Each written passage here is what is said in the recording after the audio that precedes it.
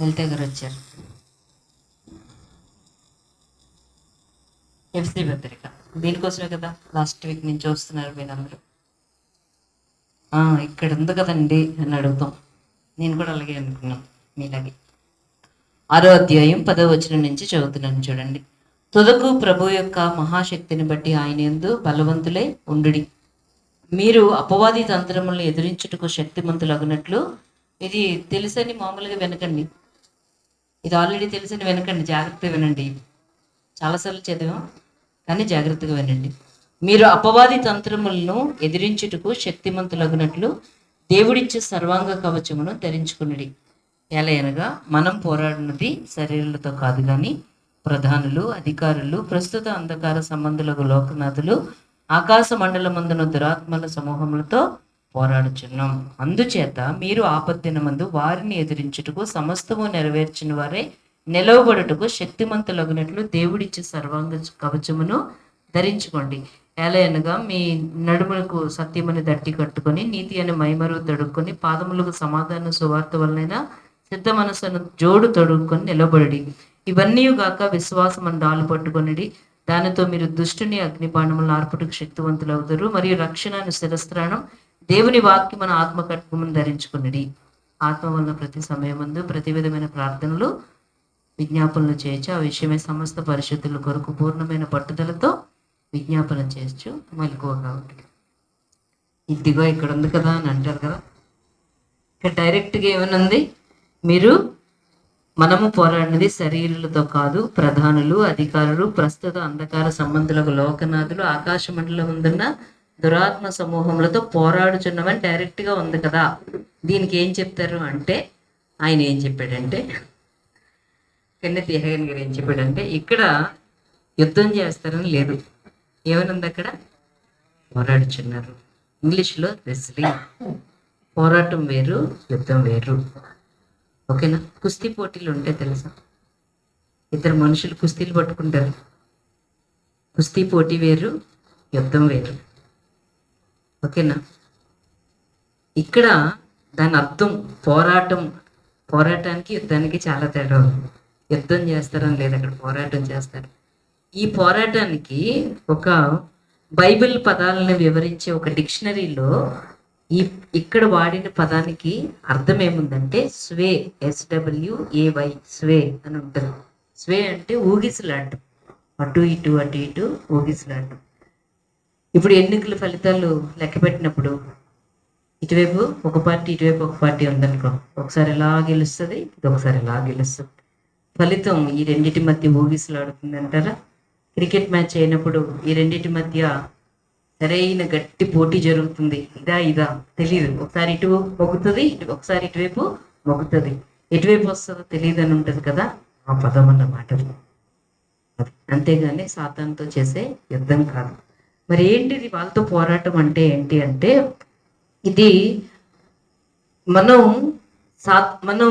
సాతాన్ని కానీ అనుమతిస్తే, ఎలా అనుమతిస్తాం? రండి అని అంటామా? రండి అని అన్నాం. ఏమని అంటాం?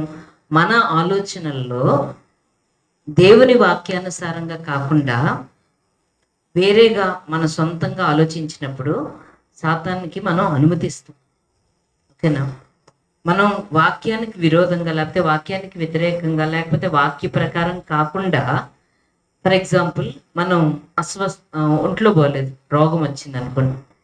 ఈ రోగం గురించి దేవుని వాక్యం స్పష్టంగా చెప్తుంది, అది మారదు. నేను పొందిన దెబ్బల ద్వారా మీకు స్వస్థత కలుగుచున్నది. దేవుని వాక్యం స్థిరం. ఆకాశం భూమి గతించిన కానీ నా మాటలు గతించు. ఇది కానీ మనకి ఈ రోగాన్ని చూసినప్పుడు, ఈ బాధ కలిగినప్పుడు మనకి ఈ వాక్యం నమ్మడానికి చాలా కష్టంగా ఉంటుంది. కష్టం వచ్చినప్పుడు లేదు, ఇంక ఈ రోగం మనకి తగ్గదేమో అని ఆలోచిస్తాం. ఇలా ఆలోచించగానే ఇది ఏ ఆలోచన? దేవుని వాక్యానుసారమైన ఆలోచన కాదు. ఏ ఆలోచన? ఇది సొంత ఆలోచన. చూస్తున్న దాన్ని బట్టి, నాకు అనిపిస్తున్న దాన్ని బట్టి నేను ఆలోచించుకుంటున్నాను. ఇప్పుడు కుస్తీ పడుతున్నాం. ఎవరు? అటు సాతాను, ఇటు నేను సాతానికి ఇప్పుడు ఏం చేశాను? అనుమతినిచ్చాను. వాక్యానికి పక్కకు వచ్చాను. నేను ఇలా ఊగుతుంది కదా బొమ్మ ఇలాగా, అలాగే ఈ వాక్యానికి అవతల వైపుకి వచ్చాను. రాగానే సాతాను ఏం చేస్తాడంటే ఆ పోరాటంలో నెగ్గుతాడు. ఎలాగా? మనలో అవిశ్వాసాన్ని పెట్టి, మనలో అనుమానాన్ని పెట్టి. అంటే మనం విశ్వాసం ఉంచలేకపోతున్నాం. మన హక్కు ఏంటి? స్వస్థపరచబడ్డం. మన హక్కు స్వస్థపరచబడ్డం. కానీ ఇలా ఈ ఊగిసలాట్లో మనం స్వస్థపరచబడ్డం అనే విజయం నుంచి దూరం అయిపోయాం. ఓకేనా? ఇప్పుడు ఎవరు గెలిచారు? సాతాను గెలిచాడు. కానీ విజయం వాడిదా? విజయం వాడిది కాదు. ఎవరిచ్చారు? ఆల్రెడీ దేవుడు మనకి విజయాన్ని ఇచ్చాడు. ఆ విజయంలో ఉండాలంటే, ఆల్రెడీ ఇచ్చిన విజయంలో మనం ఉండాలంటే మనం చేయాల్సింది ఏంటి? మనకి చూస్తున్నా, మనం వింటున్నా, మనకు అనిపిస్తున్నా కానీ లేదు, దేవుని వాక్యం ఏం చెప్పింది? నాకు ఆయన పొందిన దెబ్బల ద్వారా నాకు స్వస్థత కలుగుచున్నదని దేవుని వాక్యం చెప్పడింది. నేను ఇదే నమ్ముతాను. దేవా నీకు వందనాలని నువ్వు కానీ స్టాండ్ అయ్యావు అనుకో వాక్యం మీద, అప్పుడు ఈ కుస్తీ పోటీలు ఎవరు గెలుస్తారు? నువ్వు గెలుస్తావు. అప్పుడు వాడు నీకు ఎలాంటి అనుమానాన్ని కలుగు చేయలేడు, వాడు ఎలాంటి అవిశ్వాసాన్ని కలుగు చేయలేడు. ఈ పోరాటం దేనికి? విశ్వాస సంబంధమైన పోరాటం, గట్టి పోరాటం అన్నమాట. వాడు ఉదయం మనం లేచిన వెంటనే వాడు మన మనసుల్లోకి, మన జీవితంలోకి తీసుకురావాలనుకుంటున్నది ఏంటి? నువ్వు విశ్వాసంలో నుంచి బయటికి రావాలని, విశ్వాసం నుంచి బయటికి వచ్చేయాలన్నది వాడి పోరాటం. మన పోరాటం ఏంటి? ఈ విశ్వాసంలో నిలిచి ఉండాలి, విశ్వాసంలో స్థిరంగా ఉండాలన్నది పోరాటం. ఇది పోరాటం ఇక్కడ జరిగేది. ఊగిసలాట అంటారు కదా, అటు ఇటు అటు ఇటు, ఇదే జరుగుతుంది. అంతేగాని అక్కడ మనం సాతానుతో యుద్ధం చెయ్యం. కెన్నెతీ హాగన్ ఏమంటారంటే, ఇప్పుడు ఇన్ని వాక్యాలు చదివాం. ఎన్నండి? సుమారుగా ఎన్ని చదివాం మనం? దగ్గర దగ్గర 8 వచనాలు చూసుకున్నాం.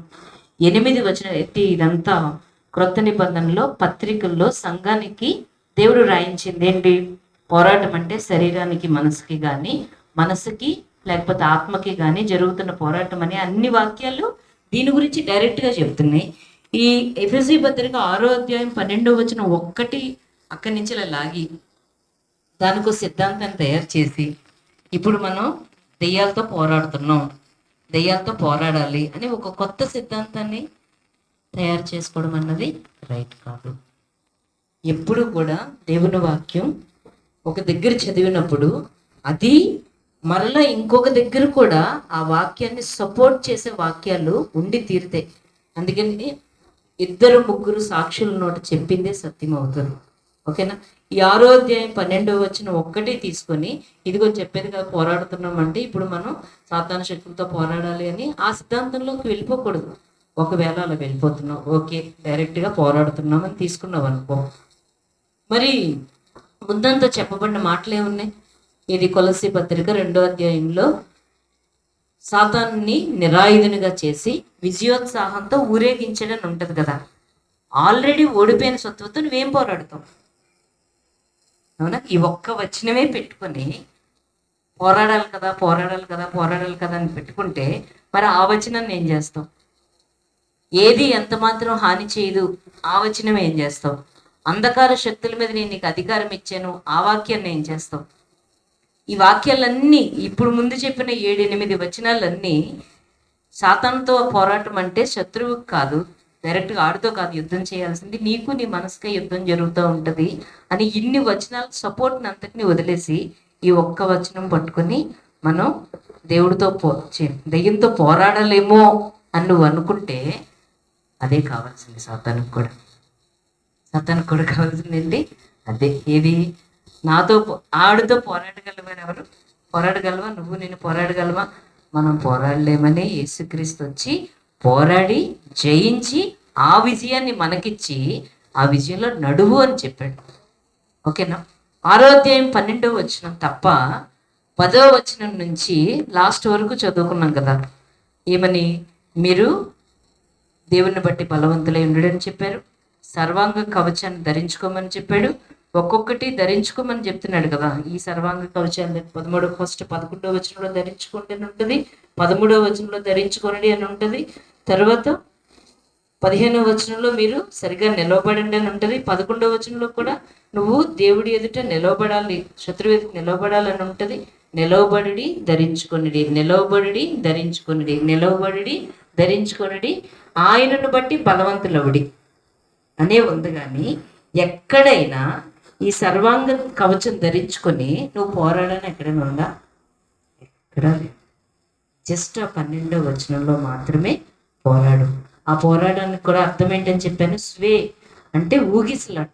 ఎవరికి? మనల్ని విశ్వాసం నుంచి తప్పించడానికి వాడు ప్రయత్నం చేస్తాడు, మనం విశ్వాసంలోకి రావడానికి మనం ప్రయత్నం చేస్తాం. ఇది కుస్తీ పోటీ తప్ప యుద్ధం కాదు. అర్థమైందా? యుద్ధం కాదు. యుద్ధం వేరు, కుస్తీ పోటీ వేరు. ఓకేనా? కుస్తీ పోటీ దేనికి? ఏదో ఒక దాన్ని జయించడానికి, ఒక బహుమానాన్ని జయించడానికి. యుద్ధం దేనికి? ఒకరిని చంపేయడానికి. రెండిటికి చాలా తేడా ఉంది. ఓకేనా? ఈ విశ్వాసం గురించి అయిన పోరాటమే తప్ప ఇక్కడ మరలా మనం సాతానుతో పోరాడాలేమో అని మీరు అనుకున్నారా? మీరు సాతాను యొక్క మోసానికి లోనైపోయినట్టే. ఎందుకంటే సాతాను యొక్క సింహాసనం నుండి సాతాన్ని తొలగించాడు యేసయ్య. నిరాయుధులుగా చేసేసాడు, మనకు విజయోత్సాహాన్ని ఇచ్చేశాడు, ఆయన మనకి విజయాన్ని చేకూర్చాడు. మరలా మనం పోరాడవలసిన పని మనకి లేదు. మరి ఇక్కడ పోరాటాన్ని ఎందుకు పెట్టారండి అంటే, అలా అయితే హెబ్రీ పత్రికలో మీరు చూడవలసిన లేదండి. హెబ్రీ పత్రిక 12వ అధ్యాయంలో విశ్వాసానికి కర్త కొనసాగించోడని యేసు వైపు చూచుచు ఓపికతో పరిగెత్తుదు. మన అంటే రోజు పరిగెడుతున్నారేమి? ఉదయం లేచాక పరిగెడుతున్నారా?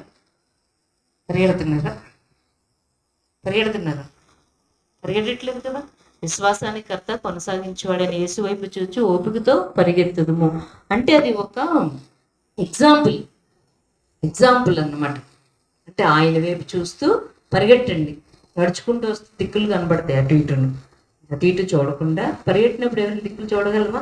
నడిచినప్పుడే దిక్కులు కనబడతాయి. ఇలా అటు ఇటు చూసుకుంటూ వెళ్ళొచ్చు. పరిగెట్టామనుకో ఇంక ఎటువైపు చూడడానికి ఉండదు, పరిగెట్టుకుని వెళ్ళిపోవడమే, ఆయనే గమ్యంగా చేసుకొని. ఇవి ఫిగరేటివ్ అంటే జస్ట్ వాటిని చూపించి పరిగెట్టాలి అంటే మనం అటు ఇటు దిక్కులు చూడకుండా దేవుని వైపు పరిగెత్తుకుంటూ వెళ్ళాలి. మీన్స్ మన ఆత్మీయ జీవితంలో అలా ముందుకు ఉరుకుతూ వెళ్ళాలి అన్నది అర్థం. కానీ ప్రతిరోజు ఉదయం లేచి పరిగెట్టేయట్లేదు కదా. అలాగే తిమోతి పత్రికలో మొన్న చెప్పుకున్నాం, మీరు సైనికుని వలె అంటే సైన్యం డ్రెస్ వేసుకోవట్లేదు కదా మనం, దానికి వెళ్తున్నామా? అలాగే మీరు ఒక జట్టి అయిన వాడు అంటే ఒక అథ్లెట్, క్రీడాకారుడు అని చెప్పి క్రీడాకారుడు డ్రెస్ వేసుకోవట్లేదు కదా మనం ఎవరు. ఓకేనా? వ్యవసాయకుడు ఏం చేయాలి? వాడి చాలా జాగ్రత్తగా వ్యవసాయం చేయాలని చెప్తాడు. అంటే మనం రైతులాగా ఏమి ప్రతిరోజు రైతులు వేసుకునే డ్రెస్సులు వేసుకోవట్లేదు కదా మనం.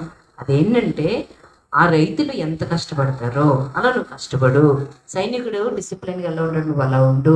ఒక క్రీడాకారుడు ఎలాగ పోరాటం చేస్తాడో అలా చెయ్యు అని చెప్పడమే కానీ డైరెక్ట్గా ఆ పదానికి పదం తీసుకొని యాజిటీస్గా మనం పోరాడేయాలి, యుద్ధం చేయాలని అనుకోకూడదు. మన దగ్గర లేదు. కానీ అమెరికాలో ఉన్న సంగతిలో ఆయన రాసుకొని వచ్చాడు. కొంతమంది అంట సిటీలో హయ్యెస్ట్ ప్లేస్కి వెళ్ళిపోయి అక్కడ ప్రార్థన చేస్తుంటారంట. ఎందుకంటే ఆకాశ మండలం మంది ఉన్న దురాత్మలు ఉన్నాయి కదా, అంటే మనం హైట్కి వెళ్ళిపోయి అక్కడ ప్రార్థన చేయాలని కొంతమంది ప్రార్థన చేస్తుంటారంట. చూడండి ఎంత ఫూలిష్. ఓకేనా? కొంతమంది ఫ్లైట్లో వెళ్ళి కూడా ప్రార్థన చేసేవాళ్ళు కూడా ఆయన రాసింది, మనకు తెలియదు, మన ఇండియాలో చేసేట్లేదు నాకు తెలియదు. ఫ్లైట్లో వెళ్తూ కూడా ఉన్నత స్థలాలు ఉన్నారు కదా ఆకాశ మండలాన్ని, ఫ్లైట్లో నుంచి ప్రార్థన చేసే సేవకులు ఉన్నారంట కొంతమంది. ఇలా కూడా కొంతమంది ఉన్నారంట. కొంతమంది అయితే సైనికుని వల్లే అన్నారని వాళ్ళ డినామినేషనే సైనికుడు డ్రెస్ వెళ్తుందంట. మరి మిగతా డ్రెస్సులు కూడా వేసుకోవాలి కదా అని చెప్తున్నాడు. అంటే మనం ఎవరు లేవులేండి ఇక్కడ. అంటే కొన్ని సిద్ధాంతాలు ఎలా ఉంటాయి చూడండి. అంటే ఒక దాన్ని పట్టుకొని ఒక సిద్ధాంతాన్ని పెట్టుకొని ఆ సిద్ధాంతంలో మునిగి తేలిపోయి ఇప్పుడు సాతాన్ని ఎలా అయినా ఓడించాలి, ఖచ్చితంగా ఓడించేయాలి. ఎలా ఓడించేస్తావు సాతాన్ని? ఏ కత్తి పట్టుకుంటావు? ఎలా పట్టుకుంటావు? సాతాన్ని ఎలా ఓడించగలవు నువ్వు? ఎక్కడుంది నీకు ఆ సామర్థ్యం? లేదు మన దగ్గర. అది ఎక్కడుంది? క్రీస్తులో మాత్రమే ఉంది. క్రీస్తు పోరాడి జయించి మనకిచ్చాడు. అంతే తప్ప మనం చేసేదేమీ లేదు. ఓకేనా? ఎలా అంటే ఇది ఈ పోరాటం అంటే ఏంటి? ఫైనల్గా ఏంటి అసలు దీని అర్థం ఏంటి అంటే, ఇన్ని చెప్పుకుంటూ వచ్చాం కదా, వాక్యాలన్నీ చెప్పుకొని ఫైనల్గా ఒక స్టేట్మెంట్లో చెప్పాలంటే మనకి ఆల్రెడీ విజయం ఉందన్న విషయం గ్రహించాలి. ఫైనల్గా ఈ విషయాలన్నీ మర్చిపోయినా పర్వాలేదు, ఈ వాక్యాలన్నీ మీరు మర్చిపోయినా పర్లేదు. ఫైనల్గా మనందరికి గుర్తుపెట్టుకోవాల్సింది ఏంటంటే మనకి ఆల్రెడీ విజయం ఇచ్చేశాడు. కొత్తగా పోరాడాల్సిన అవసరం మనకి లేదు. ఓకేనా? మనం క్రీస్తుతో కూడా కూర్చున్నాము అని గ్రహించి విశ్వాసంలో స్థిరంగా నిలుచుని సాతాను యొక్క వాడు విశ్వాసంలో తొలగించడానికి ప్రయత్నిస్తున్నప్పుడు స్థిరంగా నిలబడి ఆ విజయాన్ని ప్రతిరోజు అనుభవించడమే. అంతే, ఏమి కొత్తగా పోరాడాల్సిన అవసరం లేదు. దేవా, ఈ విజయాన్ని నువ్వు నాకు ఇచ్చావన్న ప్రత్యక్షత నాకు తెలియాలి, నేను విజయం పొందానన్న విషయం నాకు అర్థం కావాలి అన్నది ప్రార్థన చేయాలి, వాక్యాన్ని ధ్యానించాలి, వాక్యంలో ఉన్న సత్యాన్ని గ్రహించాలి, దాన్ని నమ్మాలి. నేను విజయం పొందానని స్థిరంగా హాయిగా. అందుకే నేను ఫస్ట్ది మీకు హెడ్డింగ్ చెప్పాను, మీరు పోరాడుతున్నారా విశ్రాంతి తీసుకుంటున్నారా? విశ్రాంతి తీసుకుంటే సరిపోతుంది, మనం ఏ పోరాడవసరం లేదు. అర్థమైంది?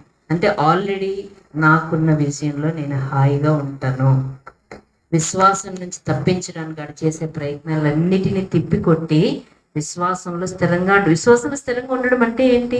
దేవుని వాక్యంలో స్థిరంగా ఉండడం, వాక్యం చెప్పిందే రైట్ అని నమ్మడం, వాక్యం చెప్పిందే నమ్మడం, వాక్యంలోనే నడవడం, వాక్యంలోనే నిలిచి ఉండడం. ఇది రైట్. అంతే. నాకు ఏం అనిపించినా నాకు అనవసరం, ఏం కనిపించినా నాకు అనిపించడం, నా చుట్టూ ఏం జరుగుతున్నా నాకు అనవసరం, ప్రభు ఇది చేశాడు, నాకు ఇది అంతే. ఇందులో ఉండడం. అందుకనే రెజ్లింగ్ రెస్టింగ్ అని ఉంటుంది. యుద్ధం చేస్తున్నారా లేకపోతే విశ్రాంతిలో ఉన్నారా? మనం ఇందులో ఉండమని దేవుడు చెప్తున్నాడు, విశ్రాంతిలో ఉండండి. నేను ఆల్రెడీ మీ అందరికీ ప్రయాసపడి భారం మోసుకొని పోవచ్చున్న వల్ల నా ఎద్దకు రండి, నేను మీకు విశ్రాంతిని ఇస్తానని చెప్పి వచ్చిన తర్వాత యుద్ధానికి పంపిస్తాడే ఏమి? మనల్ని విశ్రాంతి తీసుకో, నేను ఆల్రెడీ ఇచ్చానని తెలుసుకో, నాతో పాటు సింహాసనం మీద కూర్చో, రూల్ చేయి. ఇది ప్రభు మనకిచ్చిన అద్భుతమైన అధికారం. హల్లెలూయా. చూడండి, పౌలు శీలలు అపోస్తుల కార్యాల్లో, ఇంకా అవన్నీ తీయదులండి. పౌలు శీలలను ఒకసారి ఏం చేస్తారు, శుభ్రంగా కొట్టి పడేస్తారు, అక్కడి నుంచి జైల్లో పడేస్తారు. వాళ్ళ కాళ్ళకి చేతులకి సంఖ్యలు, కాళ్ళకి బొండలు బిగించేస్తారు. వాళ్ళిద్దరు ఏం చేస్తారు? అప్పుడు ఏసునామలు పో అంటారా? ఏమి అనరు. ఇదంతా చేసింది ఎవరు? సాతాను సువార్తకు వ్యతిరేకంగా పనిచేస్తుంటాడు. అవిధేయులు, ఎఫెసీ పత్రికలు 2వ అధ్యాయంలో ఉంటుంది, అవిధేయులైన వారిని ప్రేరేపిస్తూ ఉంటాడు. ప్రేరేపించి ఎవరైతే దేవుని పరిచర్య చేస్తుంటారో, సువార్త ప్రకటిస్తుంటారో వాళ్ళ మీదకి ఈ మనుషుల్ని ప్రేరేపిస్తాడు. వెళ్ళి వాళ్ళకి హింసించు, అది చేయండి. అలాగే వీళ్ళని తీసుకొని వచ్చి జైల్లో పడేసి భయంకరంగా హింసిస్తూ ఉంటారు. అప్పటికే రక్తం కారుతూ ఉంటుంది, అప్పటికే వాళ్ళు ఎంతో శ్రమ పొందుతున్నారు. ఓకేనా? ఇన్ని జరుగుతుంటే పౌలు శీలలు చేస్తున్నది ఏంటి? వాళ్ళు కీర్తనలు పాడచ్చు, ప్రార్థన చేయొచ్చు. ఓకేనా? ఎక్కడైనా అక్కడ సాతానుతో పోరాడినట్టు ఎక్కడైనా ఉందా? వాళ్ళు కీర్తనలు పాడచ్చు, ప్రార్థన చేయొచ్చుండేది. ఆ టైంలో కూడా ప్రార్థన చేయడం అంటే ఏంటో తెలుసా? అక్కడ విశ్వాసంలో స్థిరంగా నిలబడ్డమని అర్థం. అంటే వాళ్ళు దేనికి పోరాడుతున్నారు? విశ్వాసంలో స్థిరంగా ఉండడానికి పోరాడుతున్నారు. విశ్వాసంలో స్థిరంగా ఉండడానికి. సో ఎప్పుడైతే ఆ విశ్వాసంలో స్థిరత్వాన్ని కలిగి ఉన్నారో వెంటనే దేవుడు రెస్పాండ్ అయ్యాడు.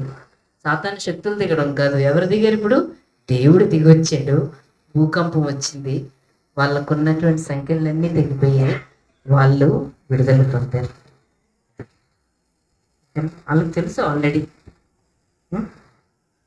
చూడండి, హెబ్రీ 4:11.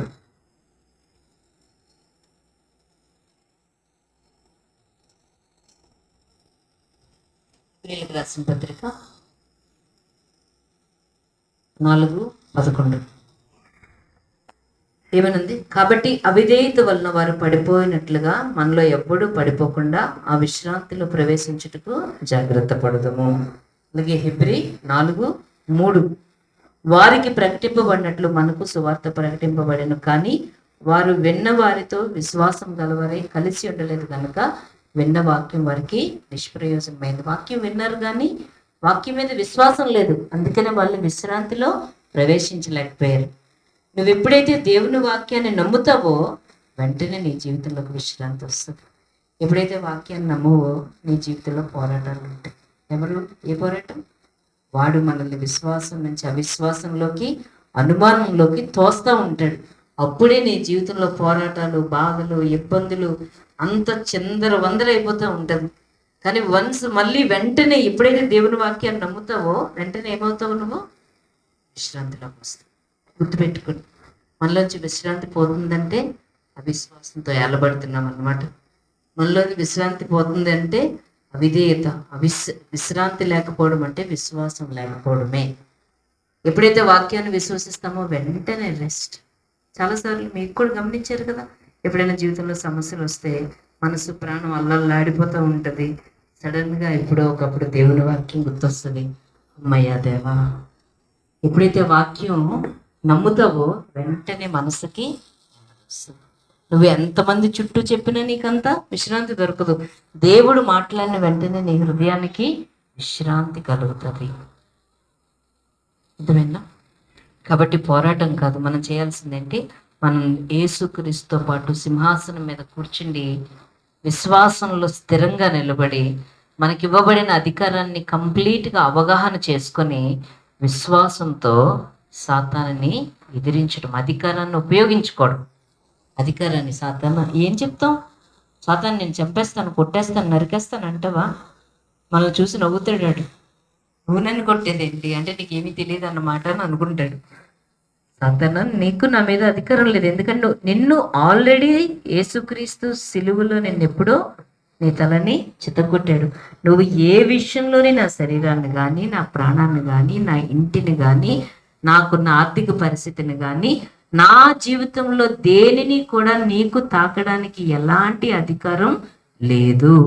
యేసు నామంలో నన్ను విడిచి వెళ్ళు, ఈ పరిస్థితిని విడిచి వెళ్ళు, రోగమా వెళ్ళు, అనారోగ్యమా వెళ్ళు, లేకపోతే నా యొక్క ఆర్థిక పరిస్థితుల మీద ఉన్న ఇబ్బంది పెడుతున్న సాతానా ఇది విడిచి వెళ్ళు, నీకు అధికారం లేదు అని మనం అవగాహనతో చెప్పడం రావాలి. అవగాహన వచ్చే వరకు దేవుని సన్నిధిలో వాక్యాన్ని చదువుకోవాలి. ప్రభువా నాకు ఆ వాక్య ప్రత్యక్షతను కలుగు చేయండి అని అనాలి. ఎప్పుడో ఇస్తాడులే అని వెయిట్ చేయడం కాదు, దాన్ని మనం ప్రాక్టీస్ చేయాలి. ప్రతిరోజు ప్రాక్టీస్ చేయాలి. నువ్వు ఏదైనా సైకిల్ నేర్చుకుంటున్నావు అనుకో, సైకిల్ 2 చక్రాలు ఉంటాయి, దాని మీద ఎక్కాలి, ఫస్ట్ పెడల్ ఇలా తొక్కాలి, ఇలా బ్యాలెన్స్ తప్పిపోతుంటే బ్యాలెన్స్ చేయాలి. ఎన్ని రోజులు వింటే నీకు సైకిల్ వస్తుంది? ఎన్ని రోజులు వింటే సైకిల్ తొక్కగలవు నువ్వు? ఎప్పుడు వస్తుంది సైకిల్? తొక్కాలి. పడతావా పడవా? పడినా పర్లేదు, సైకిల్ తొక్కితేనే వస్తుంది. అలాగే ఈ అధికారాన్ని ఏం చేయాలి? ప్రాక్టీస్ చేయాలి. అధికారం గురించి విని విని విని నాకు అన్నీ తెలుసు అనుకుంటే అవ్వదు. అధికారాన్ని చిన్న తలనొప్పితో ప్రాక్టీస్ చేయండి, చిన్న జ్వరంతో ప్రాక్టీస్ చేయండి, చిన్న అసహనంతో ప్రాక్టీస్ చేయండి. నీ మనసులో నెమ్మది పోయినప్పుడు, నీకు భయం కలిగినప్పుడు, నీ ఇంట్లో పరిస్థితులు వచ్చినప్పుడు, డబ్బుల గురించి, ప్రతి దాని గురించి చిన్న చిన్న చిన్న విషయాల్లో నుంచి ప్రాక్టీస్ చేయండి. సాతాను నీకు ఎలాంటి అధికారం లేదు. ప్రతి విషయంలో ప్రభువు నాకు విజయాన్ని ఇచ్చాడు, నువ్వు నన్ను తాకడానికి వీలు లేదు. యేసుక్రీస్తు నామంలో నిన్ను అడ్డగిస్తున్నానని చెప్పిన తర్వాత నమ్మండి. అమ్మో నేను చెప్పాను వింటాడా? వింటాడు. నువ్వు చెప్పింది నీ నామంలో కాదు, ఎవరి నామంలో? యేసు నామంలో చెప్పావు. కాబట్టి ఒకవేళ అది జరగట్లేదు అనుకో, నీ లైఫ్ని చెక్ చేసుకో. ఎక్కడైనా నువ్వు పాపంతో ఉండి, పాపం ఈజ్ ఈక్వల్ టు ఎవరు? పాపానికి ఆదరెవరు? సాతాను. ఆడుతూ ఉండి ఆడిని వెళ్ళగొడతానంటే ఆడికి అన్యాయం చేసినట్టు కదా. కాబట్టి ఆడుతూ ఉంటే ఆడిని వెళ్ళగొట్టలేము. ఎవరి దగ్గర ఉండాలి? వెలుగులో నడిస్తే నువ్వు చీకటిని వెళ్ళగొట్టగలవు. అదిగో నేను యేసుప్రభుని నమ్ముకున్నాను కానీ పాపం చేస్తాను అయినా సాతాను అంటే అది మనం నమ్మక ద్రోహం చేసినట్టు. ఎవరికి? సాతానికి నమ్మక ద్రోహం. వాడి చేతులతో చేసి సాతాను పో అంటే అదే నాతోనే ఉన్నావు ఇప్పటి వరకు, నాతోనే తిరిగి ఇప్పుడు నన్ను వెళ్ళిపోమంటే ఎలాగా అంటాడు. అవును, అంతా ఉండకూడదు. మనం ఆయన చేతుల్లో ప్రభు చేతుల్లో చేయి వేసి సాతాను పో అంటే పోతాడు, కానీ లేకపోతే 2 చేతులు మరి కలిపి మరి పట్టుకుంటాడు మనల్ని. సో ఇవన్నీ మనం చెక్ చేసుకొని ఉండాలి. ఆయన వెలుగులో నడిచిన ప్రకారం మనం వెలుగులో నడుచుచు ఇవన్నీ చేయాలి తప్ప మన లైఫ్ బాగోకుండా ఏ అధికారం మాత్రం చేయాలి. అలా అని ఎప్పటికీ నా లైఫ్ బాగోదేమో అని ఇన్ఫియారిటీతో ఉంటే ఇంకా సాతానికి ఇంకా అంతకన్నా ఆనందం లేదు. ఎన్ని రకాలుగా మోసం చేయగలడో అన్ని రకాలుగా మోసం చేస్తాడు. అవన్నీ ఎందుకండి? మీ మనస్సాక్షి చెప్తూ ఉంటుంది కదా, నువ్వు ఇక్కడ బాగోలేదని, సరే బ్రో వదిలేస్తున్నాను, నీతో వచ్చేస్తున్నాను అన్నావు అనుకో, సరిపోతుంది. నీ మనస్సాక్షి ఏమీ చేయకుండా నీకు నువ్వే నీ మీద పెద్ద బండరా వేసుకొని నేను ఎక్కడైనా తప్పు చేసేసానేమో ఏంటి. చాలా మంది ప్రార్థన చేస్తారు కదా, ప్రభువా నా నా ప్రార్థన అంతా చేసి ప్రభువా ప్రార్థనలో ఏమైనా తప్పు ఉంటే క్షమించు అంటారు. తెలీదా తప్పుందా లేదా నీకు? తెలీదా? తెలీదా తప్పుందా లేదో? తప్పుందని తెలిసింది అనుకో, తప్పు చేయడం ఎందుకు? తప్పుగా చేయడం ఎందుకు? నీ ప్రార్థనలో తప్పు ఉందని నీకు అర్థమైంది అనుకో, తప్పుగా ప్రార్థన చేయకు. అసలు నేను చేస్తున్న ప్రార్థన రైటా రాంగా అని తెలియాలంటే ఆ ప్రార్థన ఇదిగో ఈ వాక్యానుసారంగా ప్రార్థన చేశారనుకోండి, ఎవ్వరూ తప్పు అనలేరు. అటు సాతానం లేడు, మనుషులం లేరు, దేవుడు కూడా తప్పు అని చెప్పలేడు. కాబట్టి ప్రార్థనకి ఆధారం వాక్యమే. అందుకే వాక్యం తెలియకుండా ప్రార్థన చేసినప్పుడే అదే అన్న చెప్పేవారు, లెటర్ రాస్తున్నాం, లెటర్ అంతా రాసి ఈ పత్రికలో ఏమైనా ఈ లెటర్లో ఏమైనా తప్పులు ఉంటే నన్ను క్షమించు అని రాస్తారు కదా. తెలీదా తప్పులు ఉన్నాయా లేదో? మనకు తెలుసు, ఆలోచించలేమా? ఇల్లుని మెయింటైన్ చేసేస్తున్నాం కదా మనం. ఇల్లు మెయింటైన్ చేయట్లేదా? ఎన్ని పనులు మనం చేసుకోవట్లేదు, ఎంత తెలివిగా మనం ఉండట్లేదు. మరి దేవుని కోసం తెలివిగా ఉండలేమా? ఆలోచించలేమా? మనకు తెలియదా? ఎందుకు మనం గుడ్డిగా ఉండాలి? మనం చేస్తున్నది రైటా రాంగా అన్నది ఎందుకు మనకు తెలియదు? వాక్యాలు వినట్లేదా? ఎన్నో సంవత్సరాల నుంచి మీకు తెలీదా? ఎందుకు అంటే ఒక ముసుగులో ఎందుకు ప్రార్థన చేయాలి? స్పష్టమైన ప్రార్థన ఎందుకు చేయకూడదు? అంటే స్పష్టమైన ప్రార్థన, నాకు ఇది కావాలి, దేవుని వాక్యం అలా చెప్పింది, నేను ఇలా చేస్తున్నాను అన్నది రావాలి. కానీ నేను చేస్తున్న ప్రార్థన రైటా రాంగా, రైటా రాంగా తెలుసుకో ముందే. ప్రార్థనకు వెళ్ళక ముందే నువ్వు చేసే ప్రార్థన రైటా రాంగో తెలుసుకుని రైటే ప్రార్థన చేయ దేవుని సన్నిధిలో. ఒక కలెక్టర్ దగ్గరికి వెళ్ళినప్పుడే బోల్డ్ రకాలుగా ఎలా మాట్లాడాలి, అలా మాట్లాడాలి, అలా మాట్లాడాలి. ఏది అది అక్కడ చూడు, సెయింట్ ఆన్స్ కాలేజ్కి వెళ్ళి ఏం మాట్లాడాలి? ముందే ప్రిపేర్ అయిపోతాం. ఏం మాట్లాడాలి, ఏం అడగాలి, ప్రిపేర్ అవుతాం కదా. మరి దేవాది దేవుడి దగ్గరికి వెళ్ళే ముందు ఏం మాట్లాడాలి, ఏం ప్రార్థన చేయాలి? ఇప్పుడు నాకు ఒకటి కావాలంటే ఈ ప్రార్థన గురించి దేవుడు వాక్యం ఇస్తానని చెప్పిందా, ఇవ్వనని చెప్పిందా? ప్రభా నాకు పాపం కావాలి ప్రభా, అడుగు ఇవ్వండి అని చెప్పాను కదా అని చెప్పావు కదా, నాకు ఆ పాపం ఇవ్వ అంటే ఇస్తాడా దేవుడు? నాకు తెలీదా తప్పుని ప్రార్థన అని? తెలుసు కదా. సో ఏది ప్రార్థన చేయాలి, ఏది చేయకూడదు అనేది దేవుడు స్పష్టంగా ఈ వాక్యంలో ఉన్నప్పుడు వాక్యాన్ని తెలుసుకొని ఆ ప్రార్థన చేయడం అన్నది మేలు. మన తండ్రితో మనమే మాట్లాడకపోతే ఇంకెవరు మాట్లాడతారు? ఆయన మనకి దేవుడు మాత్రమే కాదు, ఎవరు? మన తండ్రి, మన కన్న తండ్రి.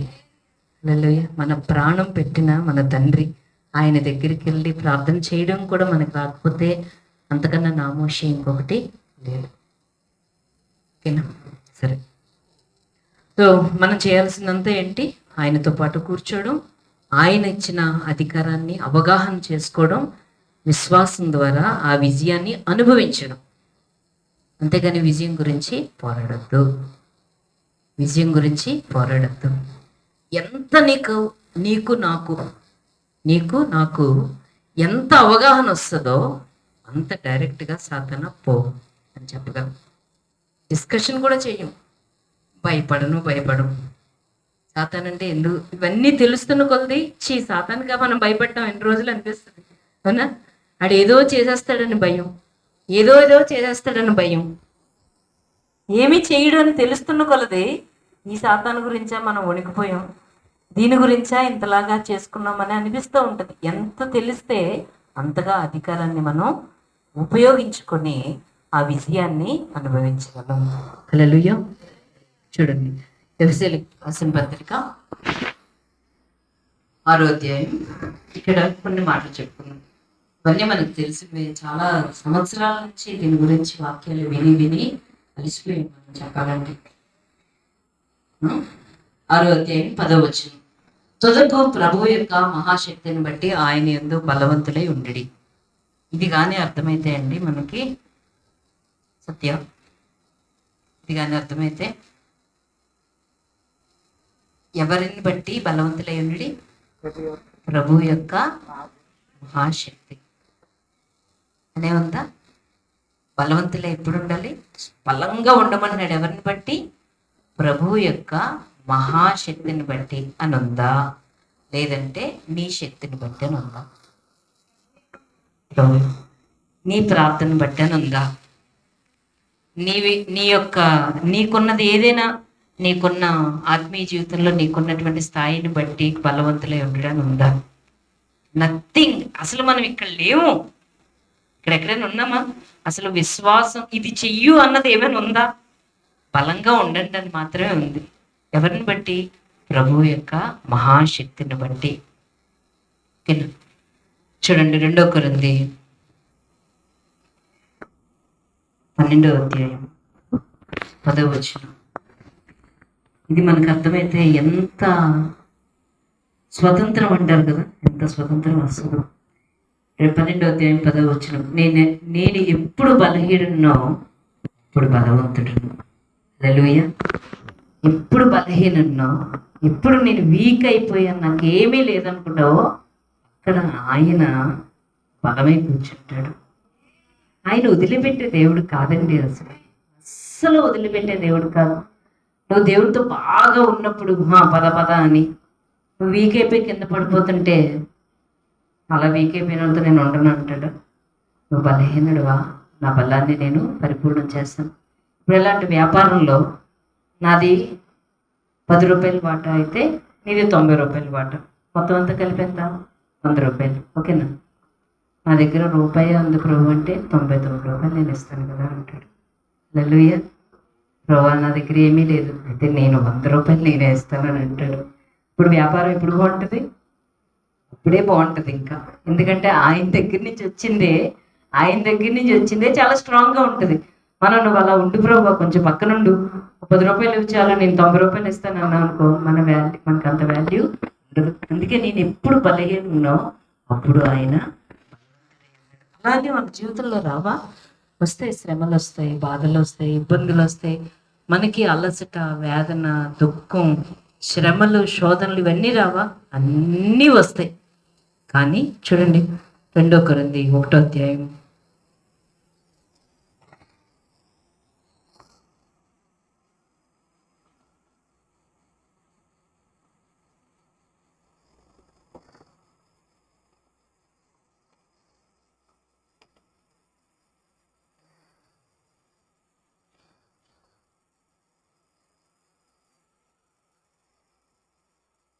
8-9. సహోదరులరా, ఆసియాలో మాకు తటస్థించిన శ్రమల గురించి మీకు తెలియకుండా మాకు ఇష్టం లేదు.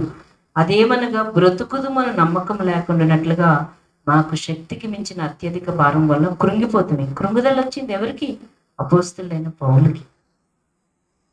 మరియు మృతులను లేపు దేవుని యందే గాని మా యందే మేము నమ్మిక ఉంచుకున్నట్లు మరణమగుదు మన నిశ్చయం మా మట్టుకైతే మాకు కలిగింది. ఇంక మేము చచ్చిపోతాము, మాకైతే ఏమీ లేదు, కృంగుదల వచ్చింది. అలాగే ఇంకొక దగ్గర కూడా ఉంటుంది చూడండి, కొరింథీ పత్రికలోనే 6వ అధ్యాయం 10వ వచనం కొంచెం కింద చదివితే, చనిపోవుచున్న వారమైనట్లుండి బ్రతుకుచున్నాం, శిక్షింపబడిన వారమైనట్లుండి చంపబడిన వారం, దుఃఖపడిన వారమైనట్లుండి ఎల్లప్పుడూ సంతోషించే వారము, దరిద్రులమైనట్లుండి అనేకులకు ఐశ్వర్యం కలిగించేవారు, ఏమీ లేని వారమైనట్లుండి సమస్తమును. వస్తాయి, పరిస్థితులన్నీ వస్తాయి, కానీ క్రీస్తునందు బలవంతుడు. హల్లెలూయా. నీ స్థితి కాదు, నీ పరిస్థితి కాదు, వీటన్నిటిలో విజయాన్ని ఇచ్చిన ఆయనను బట్టి నువ్వు బలంగా ఉండు. క్రైస్తవ జీవితానికి వచ్చినంత మాత్రం నీకు ఏమీ రాదు కాదు, మనకే అన్నీ వస్తాయి, కానీ అన్నిటిలోనే విజయాన్ని ఇచ్చిన ఆయనను బట్టి అయ్యో నాకు ఇది లేదే, అయ్యో నేను ఎలా అయిపోయానే, అయ్యో నేను ఎలా ఉండిపోయిన ఆలోచించుకో. ఎందుకంటే వీటన్నిటిని జయించిన యేసును బట్టి నువ్వు బలవంతుడు కమ్ము. హల్లెలూయా. బలవంతుడు కమ్ము. ఆయన వాక్యాన్ని నమ్మడు, ఆయనని నమ్మడం. ఆయనలో బలంగా ఉండడం అంటే ఏంటి? ఆయన మాటను నమ్మడమే. బలహీనంగా ఉన్నావా? ప్రభువా ఈ బలహీనతలు నువ్వే కదా నా బలం. అంతే. కృంగిపోయావా? ప్రభువా నువ్వే కదా నా బలం అని సంతోషంగా ఆయన మాటను నమ్మడమే మన యొక్క బలము. ఓకేనా? నెక్స్ట్ ఎఫ్సీ పత్రికలో ఆ మాట అయిపోయింది. 10వ వచనం అయిపోయింది. 11వ వచనం చూడండి. మీరు అపవాది తంత్రములను ఎదిరించుటకు శక్తిమంతులగునట్లు దేవుడిచ్చే సర్వాంగ కవచాన్ని ధరించుకోండి. మీరు దేవుని యొక్క శక్తిని బట్టి బలవంతంగా ఉండి బలంగా ఉండి వాడి తంత్రాలు అంటే వాడు వేసే ప్లాన్స్ని వాడిని ఎదిరించడం లేదు ఇక్కడ. వాడి ప్లాన్స్ని ఎదిరించడానికి, వాడి కుయుక్తులన్నింటినీ ఎదిరించడానికి శక్తి కావాలంటే ఒకటి చెప్తుంది బైబిల్ ఏమని? సర్వాంగ కవచాన్ని ధరించుకో. ఏం ధరించుకోవాలి మనం? సర్వాంగ కవచాన్ని ధరించుకోవాలి, ఖచ్చితంగా ధరించుకోవాలి. యుద్ధానికి వెళ్తూ మామూలు డ్రెస్ వేసుకొని వెళ్తే ఏమవుతుంది? అన్ని బాణాలు వచ్చి మన మీద పడతాయి. మనం యుద్ధానికి వెళ్ళినప్పుడు ఎలా అయితే సిద్ధపడి, కానీ అక్కడ యుద్ధం చెయ్యం, కానీ మనం ఎలా వెళ్తాం? సైనికుని వల్లే యుద్ధం. అలానే ఇది మనం రోజా తీసుకొని తిరగం కదా. ఇవన్నీ ఏంటి? ఆత్మ సంబంధమైన గుర్తులు అంతే. ఓకేనా? సో ఇందులో ఫాస్ట్గా చెప్పుకుందాం. ఈ సర్వాంగ కవచం దేనికంటే మొట్టమొదట మనల్ని భద్రం చేయడానికి, వస్తున్నటువంటి వాటిని నుంచి మనల్ని భద్రం చేయడానికి. రెండోది మనం వాటిని ఎదిరించడానికి. ఓకేనా? దీని గురించి చూద్దాం. దీన్ని పదాలు ఉన్నాయండి, అవన్నీ చెప్పడం ఎందుకు, కానీ ఆ సర్వాంగ కవచాన్ని ధరించుకోండి అన్న అక్కడ వాడిన పదానికి అర్థం ఏంటంటే ఆ డ్రెస్లో మీరు మునిగిపోండి అని. ఆ డ్రెస్లో మీరు మునిగిపోండి, సింక్ అయిపోండి, అందులోని మీరు మునిగిపోండి, దాక్కోండి, అందులో ఉండండి అని అర్థం. ఏంటో డ్రెస్? దేవుడు ఇచ్చిన డ్రెస్ ఏంటి? ఫస్ట్ది ఇది చూద్దాం. ఫస్ట్ హెడ్ నుంచి వద్దాం. ఓకేనా? రక్షణను శిరస్త్రాణం అంటే దీన్ని పౌలు దేంతో పోల్చాడంటే, అప్పుడు రోమా ప్రభుత్వం దాన్ని ఏలేదు. అక్కడ సైనికులు ఉండేవారు. వాళ్ళు ఏం వేసుకునేవారు? హెల్మెట్ వేసుకునేవారు. ఓకేనా? శిరస్త్రాణం అంటే హెల్మెట్. ఓకేనా? వాళ్ళ యొక్క ఛాతీ భాగానికి ఏమీ తగలకుండా ఒక ప్లేట్ అడ్డంగా ఉండేది. తర్వాత నడుముకి ఒక బెల్ట్ పెట్టుకునేవారు. ఓకేనా? అలాగే కాళ్ళకి షూ వేసుకుని ఉండేవారు. ఇవన్నీ దీన్ని అలాగ పోలుస్తున్నాడు అనమాట. ఆ సైనికులు ఉన్నారు కదా, అలాగే మీరు కూడా ఇవన్నీ వేసుకోండి అని పోలుస్తూ చెప్తున్నాడు. ఫస్ట్ ఏంటి? రక్షణను శిరస్త్రాణం. ఇది వేరే పత్రికల్లో కూడా ఉంటుంది. రక్షణ శిరస్త్రాణం దేనికి సూచన అంటే, మనకి ఈ బుర్రతో ఏం చేస్తుంటాం? ఆలోచిస్తూ ఉంటాం. ఏంటి ఆలోచన? రక్షణ పొందిన నాకు దేవునిలో ఏ స్థానం ఉంది అన్న జ్ఞానము. రక్షించబడ్డాను కదా నేను, ప్రభు నన్ను రక్షించుకున్నాడు కదా, యేసుక్రీస్తులో నా పాపాలన్నీ క్షమించి నేను ఆయన యొక్క బిడ్డగా మారాను కదా. ఇప్పుడు క్రీస్తు వారసునిగా నాకు ఏ హక్కులు ఉన్నాయి అన్న జ్ఞానమే రక్షణ అన్న శిరస్త్రాణం. జ్ఞానం లేకుండా ఏదైనా ఒక పని చేయడానికి కొంచెం తెలివి కావాలి కదా. ఈ పని ఇలా చేయాలని అసలు అది ఆలోచనే లేకుండా నువ్వే పని చేస్తావు? ఏ ఆలోచన కావాలి? ప్రభువు నీకేమిచ్చాడు అన్న విషయం నీకు తెలియాలి, నీకు జ్ఞానం కలిగి ఉండాలి. అందుకని ఎఫెసీ పత్రిక 1వ అధ్యాయంలో ప్రార్థన 17వ వచనం నుంచి 22వ వచనం వరకు ఖచ్చితంగా మనలో ప్రతి ఒక్కరూ ప్రతిరోజు ఆ ప్రార్థన చేసుకోవాలి. ప్రభువా, నిన్ను గురించిన జ్ఞాన ప్రత్యక్షత నాకు కలుగు చేయండి. అంటే నువ్వు నాకు చాలా ఇచ్చావు, ఆ విషయాలు ఏమీ నాకు తెలియదు, వాటన్నిటి గురించిన జ్ఞాన ప్రత్యక్షత నాకు కావాలి. ఆ ప్రార్థన మనం చాలాసార్లు చేస్తాం కదా. ప్రభువా, నా మరణేతరాలను వెలిగించినందున మీరు మమ్మల్ని పిలిచిన పిలుపు వల్ల నిరీక్షణ ఎట్టుతో, పరిశుద్ధుల్లో మీ స్వాస్థ్యం యొక్క మహిమైశ్వర్యం ఎట్టుతో, క్రీస్తునందు వినియోగపరిచిన బలాతిశయాన్ని బట్టి విశ్వసిస్తున్న నా యందు నువ్వు చూపిస్తున్న శక్తి యొక్క అపరిమితమైన మహాత్మ్యం ఎట్టుతో గ్రహించినట్లు మహిమా స్వరూపం తండ్రి, నిన్ను గురించిన జ్ఞానం ప్రత్యక్షత గల మనసు నాకు ఇవ్వండి అని ప్రతిరోజు ప్రతిసారి అడగాలి. ఆ ఎఫెసీ పత్రిక 1వ అధ్యాయంలో 17 నుంచి 22 వరకు ఉన్న ప్రార్థనని మన కోసం మనం చేసుకోవాలి. మన కోసం ప్రభు నాకు జ్ఞాన ప్రత్యక్షత ఇవ్వండి ప్రభు అని ప్రతిరోజు మనం చేసుకోవాలి. ఎందుకంటే మన ఆస్తి ఏంటో మనకు తెలియకపోతే ఆ ఆస్తిని మనం అనుభవించలేం. మన దగ్గర ఉన్నదేంటో మనకు తెలియకపోతే దాన్ని మనం అనుభవించలేం. అలాగే ప్రభువు మనకి ఏమి ఇచ్చాడు, రక్షణలో ఏవేవి ఇచ్చాడు అని మనకు అర్థం కాకపోతే మనం వాటిని అనుభవించలేం. అందుకని రక్షణను శిరస్త్రాణం కావాలి. ఓకేనా? రెండోది సత్యమును దట్టి. అంటే ఈ బెల్ట్ ఎందుకు ఉపయోగిస్తారు? మొత్తం డ్రెస్ అంతా వేసుకున్నాక కదా మీరు బెల్ట్ పెట్టుకుంటారు, ఫిట్గా ఉండడానికి. ఫిట్గా, ఓకేనా?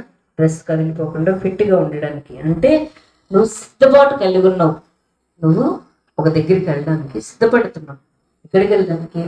ఈ యుద్ధాలు, ఈ పోరాటాలు, ఈ విజయాన్ని అనుభవించాలి. ఎక్కడ అనుభవిస్తావు? ఇవన్నీ వంట చేసుకుంటున్నావు. ఎక్కడ ఇదంతా జరిగేది? ప్రార్థనలో. అంతేనా? ప్రార్థనలో ఏమైనా జరిగేది? ప్రార్థనలోనే ఇదంతా జరుగుతుంది కదా. సో ప్రార్థనకి సిద్ధపాటు. ఏ సిద్ధపాటు? సత్యం అనే తట్టి. సత్యమేది? వాక్యం. సత్యమేది? ఈ వాక్యమే. నువ్వు ప్రార్థనకి సిద్ధపడేటప్పుడు, లేకపోతే ఈ విజయాన్ని ప్రకటించడానికి సిద్ధపడేటప్పుడు నీకు కావాల్సింది ఏంటి? ఈ వాక్యమే నీకు తెలియాలి. ఈ వాక్యం తెలియకుండా నువ్వు సిద్ధపాటు అన్నదే ఉండదు. ఇందాక చెప్పుకున్నాం కదా, ప్రార్థన చేయడానికి ముందే నీకు వాక్యం తెలియాలి. లేకపోతే అన్యులు చేసే ప్రార్థనకి నువ్వు చేసే ప్రార్థనకి అసలు తేడా ఏమీ లేదు. వాళ్ళకి ఆధారం లేదు ప్రార్థనకి, నీకు ఆధారం లేదు. నీవు ప్రార్థన చేయడానికి ఒక ఆధారం ఏంటంటే, ప్రభువా నువ్వు ఇది చెప్పావు కాబట్టి నువ్వు ఇది చెయ్యని మనం ఆయన వాక్యాన్ని పట్టుకొని వెళ్ళాలి. ప్రార్థనకి సిద్ధపాటు దేవుని వాక్యమే. అదే సత్యమను తట్టి కావాలి. ఓకేనా? తర్వాత నీతి అనే మైమరువు. అంటే ఇదేంటి? ఛాతీ భాగానికి ఉన్నటువంటి ఒక రక్షణ కవచం. ఓకేనా? ఇది దేనికి? నీతి అనే మైమరువు. ఇక్కడ ఏమైనా ఉంది? దట్టి కట్టుకొని నీతి అనే మైమరువు తొడుక్కో. ఇది దేనికంటే, నీ హృదయంలో ఎలాంటి దోషారోపణ లేకుండా నువ్వు దేవుని ఎదుట నిర్దోషంగా, right standing before the lord. Righteousness. నీతి అంటే రైచియస్నెస్, అంటే right standing before the lord. అంటే దేవుని ఎదుట సరిగ్గా నిలవబడడానికి ఉండే శక్తిని నీతి అని అంటారు. ఒకవేళ దోషారోపణ ఉంటే నువ్వు ఎలా నిలబడతావు? దోషారోపణ ఉంటే నువ్వు నిలబడలేవు. నీతి అనే మైమరువు నీకు ఉండాలి.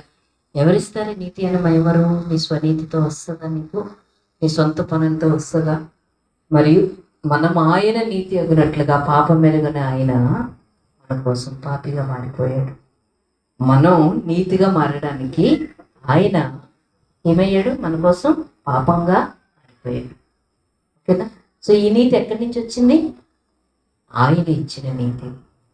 ఆయన ఇచ్చిన నీతితోనే ప్రతిరోజు వెళ్ళి దేవుని సన్నిధిలో నిలబడి నువ్వు ప్రార్థన చేయగలవు తప్ప నీ సొంత శక్తితో, సొంత భక్తితో నువ్వు వెళ్ళలేవు. ఒకవేళ దోషారోపణ చేసే మనసు ఏమైనా ఉంటే, ప్రభు నన్ను క్షమించు, నన్ను కడిగి శుద్ధి చేయని చెప్పి నువ్వు దేవుని సన్నిధికి వెళ్ళగలవు తప్ప, ఆయన ఇచ్చే నీతితోనే దేవుని సన్నిధిలోకి వెళ్ళాలి తప్ప, ఆ నీతి అనే మైమరువు తొడుగుకొని ప్రతిరోజు నువ్వు దేవుని సన్నిధికి వెళ్ళేది ఆయన నీతిని పట్టుకొని నువ్వు వెళ్ళాలి. ఆయన నీకు ఇచ్చిన నీతి. హల్లెలూయా. తర్వాత సువార్త వల్లైన సిద్ధ మనసున్న జోడు. అంటే జోడు అన్నది దేనికి? మన యొక్క నడకకి సూచన. ఓకేనా? ఎప్పుడు మనం సరిగ్గా నడగలం? చీకట్లో నడవగలమా? చీకట్లో మనం నడవలేం. వెలుగు ఉంటేనే మనం నడవగలం. ఏంటా వెలుగు? వాక్యపు వెలుగులో మనం నడవాలి. వాక్యపు వెలుగులో నడవాలి. ఆయన వెలుగులో ఉన్నట్లుగా మనం కూడా వెలుగులో నడిచిన మనము అన్యోన్యము సహవాసం గలవారమై అని ఉంటుంది. చీకటి ఉన్నప్పుడు మనకి వెలుగు కలగదు. ఎప్పుడు ఈ వెలుగు మనకు కలుగుతుందంటే, వాక్యం వెల్లడి ఒకటితోడనే అక్కడ వెలుగు కలుగును. నీకు వాక్యం తెలిసినప్పుడు ప్రయాణం నీకు ఈజీ అయిపోతుంది. ఓ ఇలా వెళ్ళాలి కదా ఈ మార్గంలో, ఈ పరిస్థితిలో ఇది కదా మార్గం, ఈ పరిస్థితిలో ఇలా కదా ఆలోచించాలి, ఈ పరిస్థితిలో ఇలా కదా నడవాలి అన్నది వాక్యము వెల్లడి ఒకటితోడనే నీకు వెలుగు కలుగును. అందుకని వాక్యం అనే ఏంటిది? సువార్త వల్లైన సిద్ధ మనసున జోడు తడుపుకొని ఆ వాక్యం అనే వెలుగులో నువ్వు నడవాలి. ఈ వెలుగు ఎప్పుడు నీకు కలుగుతుందో తెలుసా? ప్రతిరోజు వాక్యాన్ని ధ్యానించినప్పుడు ఆ వాక్యాన్ని నీ ఆత్మకి ప్రతిరోజు ఫీడింగ్ ఇవ్వాలి. ప్రతిరోజు నీకు ఫీడింగ్ ఇవ్వాలి. అది ప్రతిరోజు ఆ వాక్యాన్ని నువ్వు తినాలి. ఆ వాక్యాన్ని నువ్వు ప్రతిరోజు ధ్యానించాలి. అప్పుడు నీకు ఒక ప్రత్యక్షత కలుగుతుంది. ఆ వెలుగులో నువ్వు నడవగలవు తప్ప చీకట్లో నువ్వు నడవలేవు. నెక్స్ట్, వీటన్నిటికీ మించి విశ్వాసమను డాలు పట్టుకొనుడి. దీంతో ఏం చేస్తారంట? దుష్టిని అగ్ని బాణాలను ఆర్పుటకు శక్తిమంతులు అవుతారు. ఇవన్నీ మీకు తెలిసినవే. దుష్టిని యొక్క అగ్ని బాణాలు అంటే ఏంటి? నువ్వు సాధారణంగా ఏదో పని చేసుకుంటూ ఉంటావు, సడన్గా ఇదిగో నేను చెప్పేస్తానంటాడు, ఇదిగో నీ కుటుంబాన్ని పాడు చేసేస్తానంటాడు. వస్తుంది థాట్, ఒకటి వస్తుంది. ఆ ఆలోచన రాగానే అప్పుడు వరకు ఆరోగ్యంగా ఉన్న నువ్వు కింద పడిపోతావు ఒకసారి మనసులో. అప్పుడు వరకు చాలా హ్యాపీగా తిరుగుతుంటావు, సడన్గా ఇదిగో నేను ఇలా చేస్తాను, అమ్మ బాబోయ్ అంటావు. ఎవరివి? సాతాను యొక్క అగ్ని బాణాలు. వీటిని ఆర్పడానికి నీకేం కావాలి? డాలు కావాలి. నీ మీదకి విసురుతున్న అగ్ని బాణాలని నువ్వు ఒక డాలు పట్టుకొని ఆర్పాలి. ఏంటా డాలు? విశ్వాసం అనే డాలు. దేని మీద విశ్వాసం? మళ్ళా వాక్యం మీద విశ్వాసం. నువ్వు కొద్ది రోజులను చచ్చిపోతావంటే, లేదు, దీర్ఘాయు చేత దేవుడు నన్ను తృప్తిపరుస్తానని చెప్పాడు అని చెప్పాలి.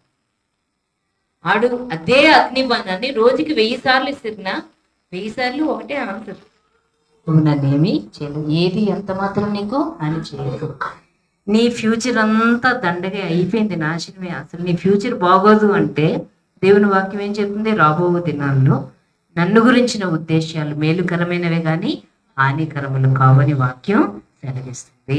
కాబట్టి నా ఫ్యూచరు దేవుడికి తెలుసు, నీకు తెలియదు, సాతాను నువ్వు నన్నేమి చేయలేవని చెప్పాలి.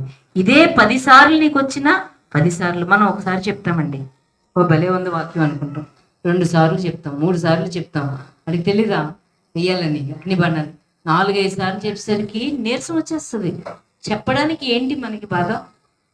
ఇదే మాట పదే పదే చెప్పడానికి మనకేం బాధ? రాళ్ళు మోస్తున్నావా ఏమి? ఒక మాట చెప్పడమే కదా. నువ్వు చనిపోతావు అంటే, నేను చావును సజీవుడినై నేను దేవుని వాక్యాన్ని ప్రకటిస్తాను అని వాక్యం చెప్తుంది కాబట్టి నేను బ్రతుకుంటాను. అదిగో నీకు అక్కడ నొప్పి వస్తుందా అంటే అదే అని అంటే, నాకు ఆయన పొందిన దెబ్బలు, ఆయన పొందిన గాయాలు నాకు స్వస్థతనిస్తున్నాయి.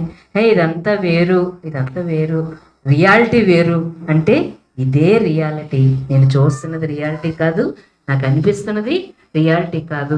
నాకు నీకు తెలియట్లేదు, నువ్వు ఈ టైంలో ఇక్కడికి వెళ్ళిపోవాలి, నువ్వు అనవసరంగా ఇక్కడ ఉన్నావు అని అంటే నా మీద దృష్టి ఉంచి నాకు ఆలోచన చెప్పి నేను నడవలసిన మార్గాన్ని ఆయన నాకు బోధిస్తాడు. కాబట్టి నువ్వు నాకేమీ చెప్పనవసరం లేదు. ఎంత చక్కగా ఆడ మాట్లాడితే అంత చక్కగా మనం కూడా మాట్లాడచ్చు. విశ్వాసం దేని మీద? వాక్యం ఇలా చెప్తుంది కాబట్టి నువ్వు చెప్పేది నేనేమో నమ్మను అన్న విశ్వాసంతో దాన్ని ఏం చేయాలి?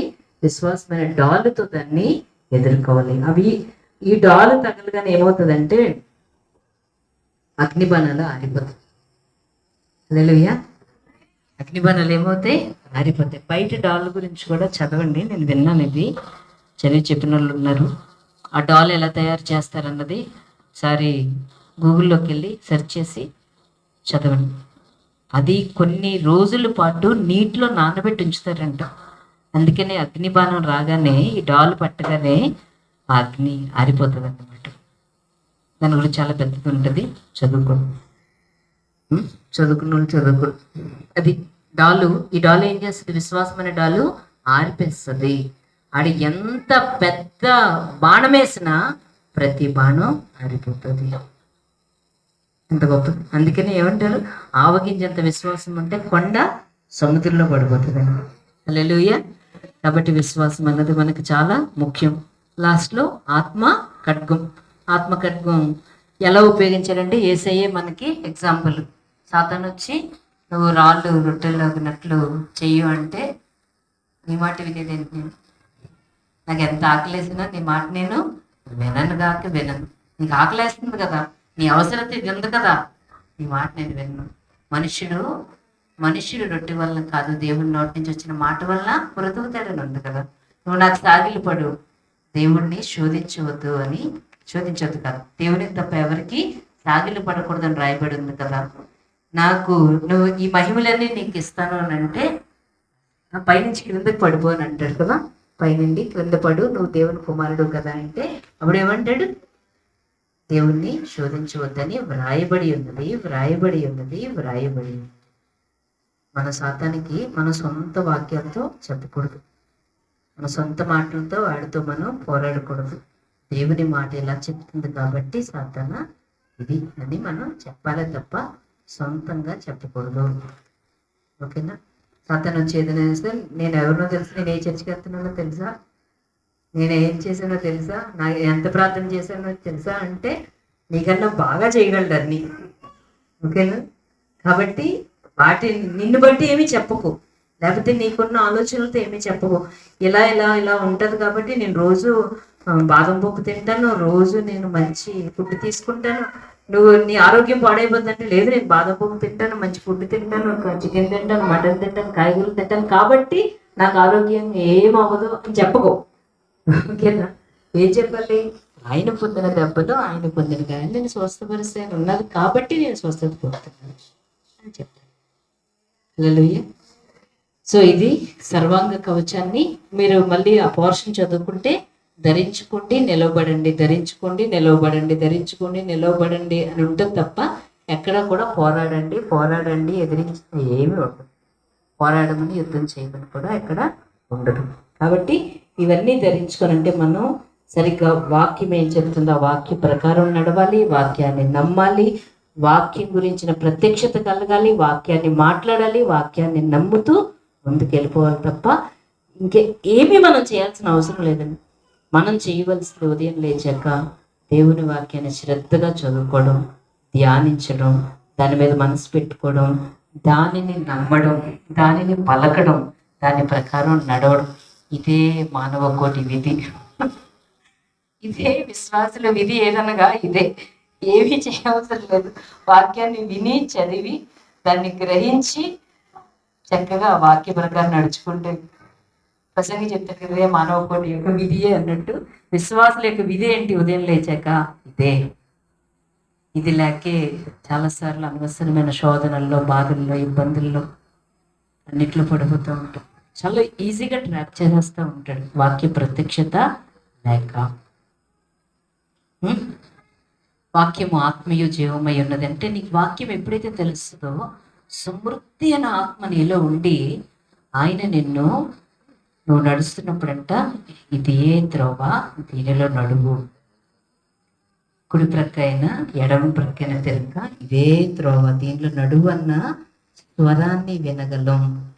వాక్యం హృదయంలో లేకపోతే ఆయన స్వరం వినలేం. ఏ మాటలు వినిపిస్తాయి? మానవ స్వరాలే వినిపిస్తాయి. మానవులు ఏం చెప్తే అదే చేస్తాం, చివరికి గోతులో పడతాం. మనకి దేవుడిచ్చిన అద్భుతమైన సంపద మన చేతుల్లో ఉంచుకొని అనవసరంగా మనుషుల యొక్క కౌన్సిలింగ్లకి, మనుషులు చెప్పే ఆలోచనలకు వెళ్ళిపోయి జీవితాన్ని నాశనం చేసుకుంటాం. మన ఆస్తి మనం హ్యాపీగా అనుభవించకుండా ఒక పేద జీవితాలను జీవిస్తూ ఉంటాం అనవసరంగా. మనకి విజయం ఉందని తెలిసి కూడా విజయంలో నడవలేక కృంగిపోతూ బ్రతుకుతూ ఉంటాం. దురలవాట్లకి, అనవసరమైన అలవాట్లకి లోనైపోతూ ఉంటాం. పాపానికి ఆకర్షితులైపోతూ ఉంటాం. ఓడిపోయిన జీవితాలు జీవిస్తూ ఉంటాం. Unnecessary lives. పేరు క్రీస్తుకు బిడ్డలు, జీవితం విజయం లేని జీవితం. ఓకే ఓకే విజయవంతమైన జీవితాన్ని అనుభవిద్దాం, పొందుదాం కదా, అనుభవిద్దాం. దాని అన్నిటికీ మీరు సర్వాంగ కవచంలో ప్రతి పార్ట్ చూడండి, వాక్యమే. ప్రతిదీ వాక్యమే, టాప్ టు బాటమ్ వాక్యమే, వాక్యమే, వాక్యమే. వాక్యం చాలా ఇంపార్టెంట్. మీరు గమనించారు లేదా? నువ్వు వాక్యం ఎక్కువసేపు చదివినప్పుడు ఆటోమేటిక్గా నువ్వు ప్రార్థన చేయడం మొదలు పెడతావు. లేదంటే ప్రార్థన చేద్దామని మోకరిస్తే ప్రార్థన రాదే. ఏం ప్రార్థన చేయాలి? ఏమి రాదు. అలవాటు ప్రార్థన చేసేస్తాం. మనకు అలవాటు అయిన ప్రార్థనలు ఆల్రెడీ ఉంటాయి కదా, అవి చేసేస్తాం. ఆ ప్రార్థన, ఈ ప్రార్థన, ఎక్కడ అమెరికా నుంచి అనకాపల్లి వరకు అందరి గురించి ప్రార్థన చేసేస్తాం.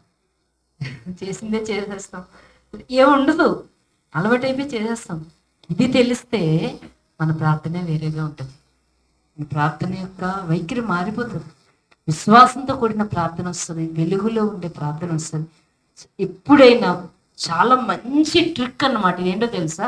నీకు ప్రార్థన రావట్లేదు, నాకు ఎప్పుడు అలా ఉండదని అంటే ఏమి గొప్పదీసి మీరు గనులే, దేవదూతలు అయితే మీరు ప్రార్థన రాకుండా ఉండే రోజులు ఉంటాయి కదా, ఉంటాయండి రాజుగారు. ప్రార్థన చేద్దామన్నా ఏం రాదు, ఏం చేయాలో తెలియనప్పుడు ఖచ్చితంగా ప్రతి ఒక్కరికి అలాంటి పరిస్థితి వస్తుంది. ఏం చేస్తాం? ఈరోజు వచ్చింది, ఈరోజు ఎందుకమ్మా వచ్చింది? చంపుతాను ఇప్పుడు వస్తే. ఓకే.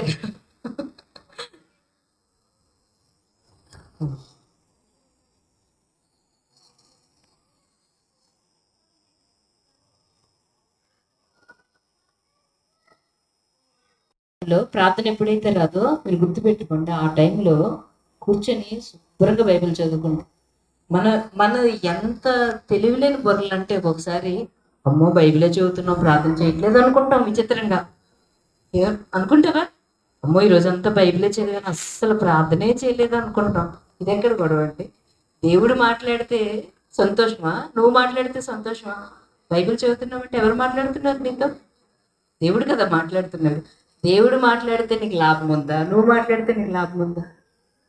దేవుడు మాట్లాడితే హృదయం నిండిపోతుంది. ఇప్పుడు నువ్వు మాట్లాడితే ప్రజలకు ఉపయోగపడుతుంది. అరగంట సేపు ఫస్ట్లో నేను రక్షించబడి కదా